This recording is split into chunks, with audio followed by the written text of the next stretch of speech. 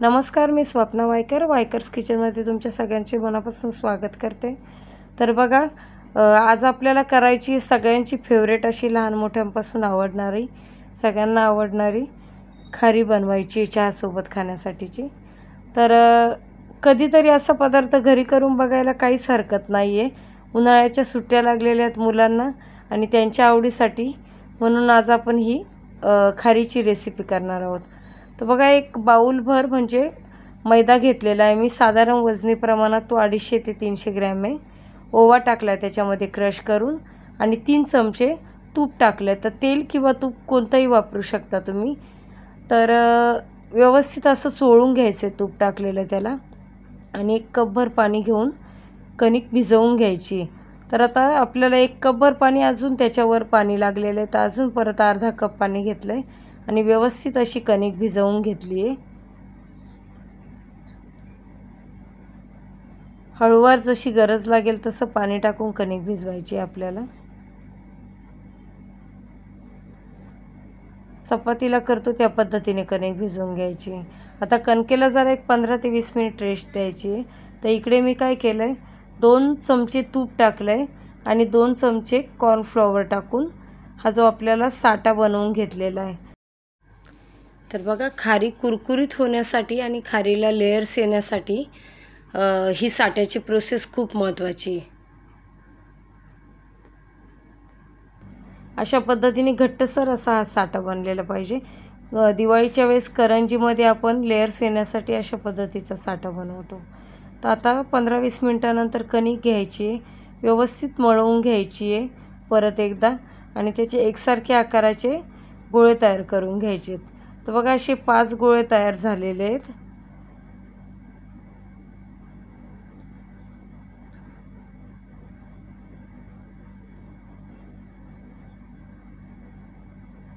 तर एक एक करून आपल्याला पोळी व्यवस्थित लाटून घ्यायची, होईल तेवढी आपल्याला पातळसर ही पोळी लाटायची आणि प्रत्येक पोळीला लेयर द्यायची आपल्याला। पहिल्यांदा आपल्याला ह्या पाची पण लाटून घ्यायच्या, एका ताटामध्ये ठेवायची, त्याच्यावर थोडंसं पीठ टाकून दुसरी पोळी लाटून घ्यायची। अशा पद्धतीने सगळ्या पोळ्या आपल्याला लाटून घ्यायच्यात।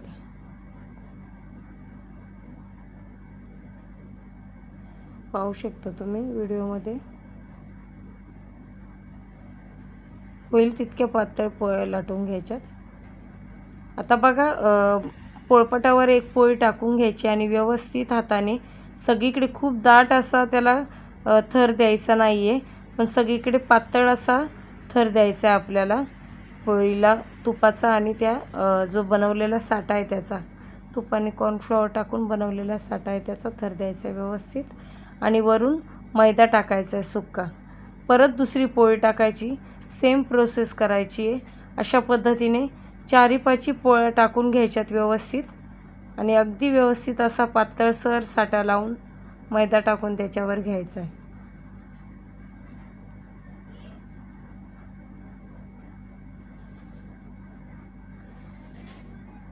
ही प्रोसेस अगदी निगुतीने करायची व्यवस्थित, कारण याच्यामुळेच आपल्या खारीला लेयर्स यायला मदत होणार आहे। परत आता ह्या लेयरला पण आपल्याला लावून घ्यायचा आहे साठा, सगळा पातळसर असा साठा लावून घ्यायचा आहे। स्किप न करता व्हिडिओ बघा, तर व्यवस्थित होऊन जाईल। रेसिपी अजिबात फसली जात नाही आहे, जर दाखवलं तसं केलं तर अगदी व्यवस्थित खारी तयार होणार आहे। आणि कधीतरी असे पदार्थ घरी करून पाहण्याचा आनंद एक वेगळाच असतो आपल्याला, त्याच्यामुळे आवड निर्माण होते स्वयंपाकाची, अजूनच वेगवेगळे पदार्थ ट्राय करायचे। आता बघा, याच्यामध्ये आपण तूप टाकलं आहे ना, त्यामुळे ते थोडंसं त्याला लाटताना तूप बाहेर निघू शकतं। तर त्यासाठी मी काय केलं आहे, एक 15 मिनिट आतमध्ये फ्रीजमध्ये ठेवून दिलं हे जे बनवलेला आटा होता तो। आणि आता आपल्याला त्याला हळू असं लाटून घ्यायचं, खूप जास्त प्रेस करायचं नाही आहे। लेयर्स पण दिसल्या पाहिजेत व्यवस्थित लाटून झाल्यानंतर पण, आणि होईल तितकं चौकोनी आकार द्यायचा आहे, गोलाकार आकार जास्त आला नाही पाहिजे त्याला, जितकं आपल्याला होईल तितका चौकोनी आकार द्यायचा आहे। आणि साधारण अर्धा सेंटीमीटरची जाडी त्याला ठेवायची, खूप पातळ असं नाही ठेवायचे। तर बघा अशा पद्धतीने कट्स करून घ्यायचेत. आपल्याला किती लहान मोठी ठेवायची आहे तसे कट्स करायचेत, कारण आपल्याला ह्या कढईमध्ये तळायच्या आहेत तेलामध्ये. तर खूप जास्त मोठ्या पण नाही ठेवायच्या, त्या फुलल्या पण गेल्या पाहिजेत. त्या पद्धतीनेच कट करायच्या आहेत.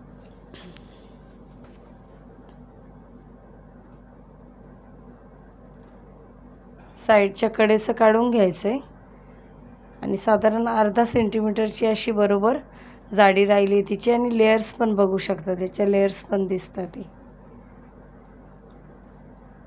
तर कमी मंद आचेवर ॲक्च्युली ठेवायच्यात. तेल थोडंसं जास्त तापलं होतं तर मी गॅस कमी केलेला आहे. आधीची एक बॅच माझी तळून झाली होती, तो व्हिडिओ स्किप झाला होता, म्हणून परत मग तुम्हाला ह्या खाऱ्या मी सोडतानाचा व्हिडिओ दाखवला आहे व्यवस्थित. तर बघा मंद आचेवर ठेवल्यामुळे काय होतं आहे, व्यवस्थित त्याचे लेयर्स हळूहळू दिसत आहेत आपल्याला आणि खाऱ्या फुगल्या जातात. ते साधारण 9 ते 10 मिनिट लागतात ह्या सगळ्या प्रोसेसला. व्यवस्थित अशी खारी आतमधून आतपर्यंत तळली गेली पाहिजे.